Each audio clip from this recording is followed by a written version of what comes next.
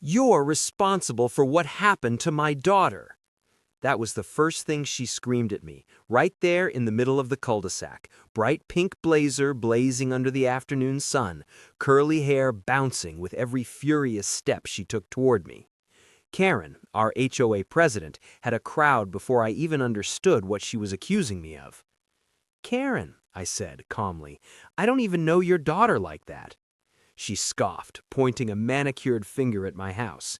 "Your negligence nearly killed her." Before we go any further, pause right here. If you're watching this from anywhere in the world, drop your country or city in the comments and hit like and subscribe if you enjoy real HOA drama that spirals completely out of control. Trust me, this one only gets worse. I always knew Karen thrived on confrontation, but this accusation felt different, louder, more theatrical, like she'd rehearsed it, and maybe she had. You see, everything started the week I installed a backyard workshop. I'm a freelance drone engineer. Nothing illegal, nothing noisy after hours. I followed every HOA rule to the letter, permits approved, noise limits respected. The structure was clean, modern, and tucked neatly behind my fence. Inside were tools, batteries, prototypes, expensive equipment I'd spent years building my business around. Karen hated it immediately. She showed up the day construction finished, clipboard pressed to her chest like a shield, bright pink blazer, curly hair pulled back tight, smile sharp enough to cut glass. "This looks industrial," she said. "It's compliant," I replied. She didn't argue, she just stared like she was filing me away for later. Her daughter, Lily, was there too, 16, quiet, always watching. While Karen scanned my fence line, Lily's eyes were fixed on the open workshop door, on the drones, on the charging stations, on the screens lighting up with telemetry data. I always notice patterns.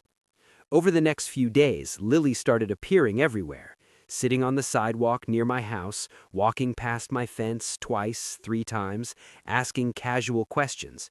How fast do they go? Do they have GPS limits? What happens if one loses signal? I kept answers vague, polite, safe. Karen, meanwhile, went silent. No fines, no warnings, no surprise inspections. That silence felt heavier than her usual shouting. Neighbors joked about it. "At least she's leaving you alone," one said. I didn't laugh. One afternoon, Karen cornered me while I was locking up the workshop. She complained about a potential safety concern and demanded I demonstrate my security measures. In hindsight, that was the mistake. I showed her the keypad lock, the alarm indicator. I didn't notice Lily standing just a little too close, watching my fingers, counting the beeps. Why would I? She was a kid. That assumption would cost me everything. A week later, the HOA held one of Karen's infamous evening meetings, the kind where nothing gets resolved, but everyone leaves exhausted. Karen stood front and center, bright pink blazer glowing under fluorescent lights, lecturing about fence heights and mailbox alignment. I checked my phone halfway through. Missed calls, unknown number. My stomach tightened. I stepped outside to answer. A man spoke quickly, professionally. Emergency services. There'd been an incident involving an unmanned aerial device. High-speed impact, serious injuries. The drone had been traced back to my registration. I laughed. I actually laughed. "That's impossible," I said. "All my equipment is locked." There was a pause. Then he said, "Sir, the drone was launched from your property." Inside the meeting hall, Karen's phone rang, loud. Everyone heard it. Her expression shifted, just for a second, from smug control to raw panic. She rushed out, nearly colliding with me as she passed. That's when I knew. By the time I reached the site, my prototype drone lay shattered across asphalt. Emergency lights painted everything red and blue. Lily was on a stretcher nearby, alive but unconscious. Officers explained what happened. She'd accessed my workshop, bypassed the lock, launched the drone without authorization, took it far beyond safe parameters, lost control. Karen arrived screaming. She blamed me instantly. My equipment, my temptation, my failure to protect minors from dangerous technology. She didn't ask how her daughter got inside. She didn't deny the theft. She blamed me. And standing there, watching paramedics work, I realized this wasn't just an accident. It was going to become a war. Karen didn't wait for facts. She waited for attention. By the next morning, before Lily had even regained full consciousness, Karen had already transformed herself from worried mother into public victim. She stood at the front of the neighborhood Facebook group, figuratively and literally, posting long rants about reckless homeowners, unsecured industrial technology, and a near-fatal incident caused by negligence. Every post featured her signature look: bright pink blazer, curly hair perfectly arranged, arms crossed like a politician addressing a scandal. She never mentioned that her daughter broke into my workshop. Instead, she filed a lawsuit. The papers arrived 3 days later. Karen was suing me for medical expenses, emotional distress, endangerment of a minor, and something her lawyer creatively labeled attractive nuisance via advanced machinery. According to the filing, my workshop had invited Lily in. My equipment had enticed her. My security measures were insufficient given the temptation presented. I stared at the pages in disbelief, then did the only logical thing. I called my lawyer. What Karen didn't realize was that technology leaves trails, lots of them. The police investigation moved faster than she expected. Security footage from my workshop clearly showed Lily entering after hours, punching in the correct access code on her first try. Camera timestamps lined up perfectly with Karen's so-called silent week, the same week she'd stopped harassing me altogether. Drone telemetry logs showed manual overrides disabled by default. Overrides Lily had accessed using admin credentials she shouldn't have known. Credentials she could only have learned by watching. Traffic cameras from nearby streets captured Lily transporting the drone case from my backyard to a launch point well outside HOA boundaries. Witnesses came forward too. A jogger saw her assembling equipment.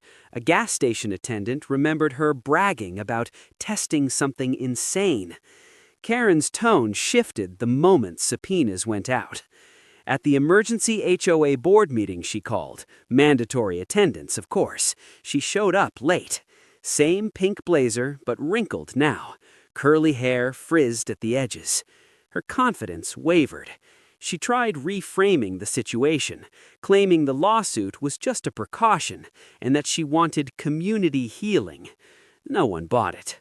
When board members learned she'd filed the lawsuit without disclosure, violating HOA bylaws, whispers filled the room. Someone asked if HOA funds were being used for her legal fight. Karen dodged the question. That silence was louder than any accusation. Then the depositions began. Under oath, Karen contradicted herself repeatedly. First, she claimed she didn't know Lily had been near my workshop. Then text messages surfaced, messages she'd sent joking about Lily finally getting to play with the toys next door. Emails followed, showing Karen threatening to fine me into financial exhaustion if I pursued insurance claims. The judge was unimpressed. Karen tried crying. When that failed, she raised her voice. When that failed, she blamed technology again. None of it worked. The lawsuit against me was dismissed with prejudice.